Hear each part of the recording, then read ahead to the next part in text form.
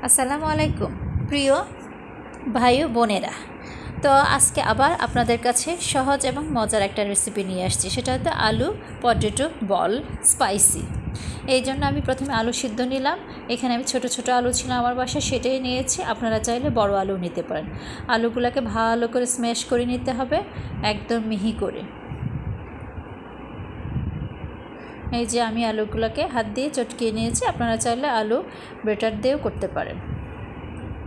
তারপর এর সাথে দিয়ে দেব কর্নফ্লাওয়ার।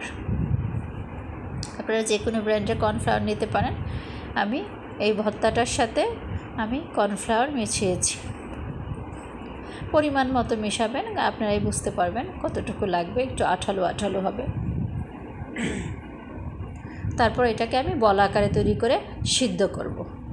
এই যে আমি পানিতে দিয়েছি, সিদ্ধকরণ একটা বলক উঠলেই হয়ে যাবে। তারপর আমি নামিয়ে নিলাম। তারপর এখন আমি একটা সস বানিয়ে নেব। সেই সসটা হবে ফুটন্ত তেলে সাথে চিলি ফ্লেক্স, ধনিয়া পাতা আর কিছুটা